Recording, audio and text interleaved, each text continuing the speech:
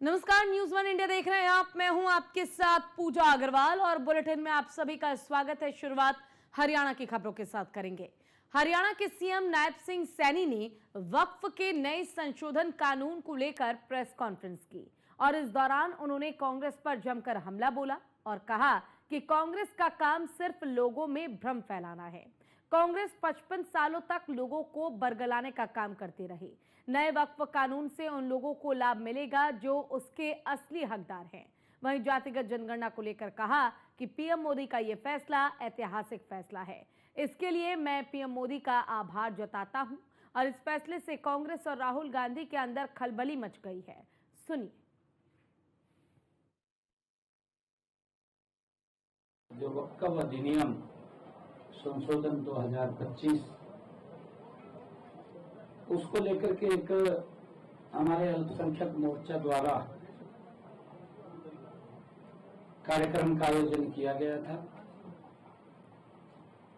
Congress party और इंडी गठबंधन जिस प्रकार से लोगों में भ्रामक और झूठ फैलाने का काम करती है, इससे समाज को भी नुकसान होता है, इससे देश को भी नुकसान होता है।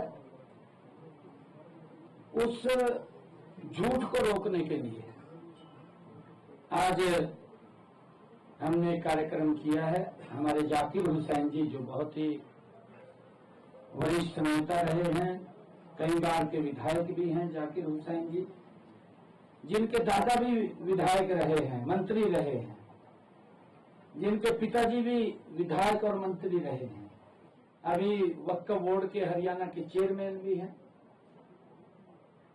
और हमारे जान मोहम्मद जी जो जिला परिषद के हमारे मेवात से चेयरमैन हैं नूह के। आज इनके तत्वाधान में आज मुस्लिम समाज के सभी हमारे गणमान्य लोग यहाँ पर आए थे। आज उनके बारे में बैठ करके खुले मन से चर्चा हुई है कि कांग्रेस का तो इतिहास रहा है। मैंने एक शायद कहानी सुनाई थी कांग्रेस की, वो कहानी है रमलू वाली। हाँ, एक रमलू था, ये चक्की रानी आवानी थी, ताई को कहने लगा, कहा रमलू कहाँ घूम रहा? कहा ताई, कहा चक्की रा हुआ, कहा मेरी भी रहते, कहा और मैं पानी ले आऊंगा जब तक। ये वो कहानी आप लोगों को मालूम है, समय लग जाएगा, मेरे पास समय का अभाव है। रमलू वाली स्थिति कांग्रेस की है, ये पता तो कुछ है नहीं है। 55 साल देश के ऊपर शासन रहा है, समस्याएं बन करके देश के सामने खड़ी रही, समाधान नहीं हुए। अगर ईमानदारी से उन समस्याओं का समाधान किया है तो ये भारत मां का लाल नरेंद्र मोदी है, उन्होंने किया है। पिछले 10 वर्षों में किया, एक एक समस्या का समाधान कर रहे हैं। जम्मू कश्मीर की समस्या कांग्रेस की देन थी, जिसका समाधान धारा 370 को समाप्त करके नरेंद्र मोदी जी ने किया है।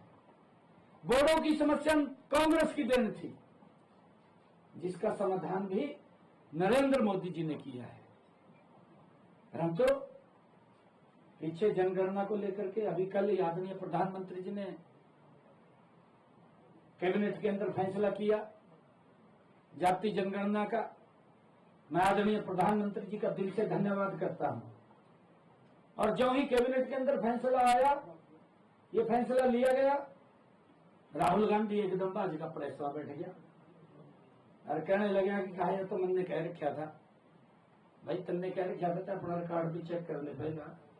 मैं आज थोड़ा सा आपको, जो राहुल गांधी और कांग्रेस पार्टी बोल रही है ना कि हमने इस बात को उठाया था, मैं 2010 की ये बात बताना चाहता हूं, जो कल आदरणीय प्रधानमंत्री जी ने जनगणना ये कराने के लिए कैबिनेट में फैसला लिया। हम धन्यवाद करते हैं आदरणीय प्रधानमंत्री जी का। परंतु कांग्रेस को आईना दिखाता हूं, क्योंकि एकदम राहुल गांधी बैठ गया, उनके कहीं लोग बैठ गए, ये तो हमने कराया था, ये बात तो करने लगे। मैं आपके माध्यम से मैं प्रदेश और देश को और कांग्रेस को ये आईना दिखाना चाहता हूं, देश और प्रदेश को बताना चाहता हूं कि कांग्रेस की स्थिति क्या थी। कांग्रेस समस्या को समस्या बना करके रखती थी। 2010 में जब तत्कालीन प्रधानमंत्री डॉक्टर मनमोहन सिंह जी ने floor of the house Lok Sabha के अंदर आश्वासन दिया था कि जाति जनगणना पर कैबिनेट में विचार किया जाएगा, ये लोकसभा में कहा हुआ है। शायद राहुल गांधी को अगर नहीं पता तो वहां की वो प्रोसीडिंग निकाल करके देख सकते हैं, क्योंकि वो तो उस सरकार के अंदर पीछे से बैठ करके सरकार को चला गया था। कहां से माल ले रहा, कहां जा रहा, सारा पता था। कितना विकास के ऊपर खर्च हो रहा है, कितना नहीं हो रहा है, वो सारा उसको मालूम था। और ये भी कहा गया था कि कैबिनेट के अंदर आकर के एक मंत्रिमंडल समूह का भी गठन किया जाएगा, यह भी कहा गया था। यह कांग्रेस के समय में कहा गया था, और जिसमें यह भी कहा गया था कि अधिकांश राजनीतिक दलों ने, जब उन्होंने ये floor of the house Manmohan Singh ने कहा, जिसमें अधिकांश राजनीतिक दलों ने जातिगत आधारित जनगणना का समर्थन किया था।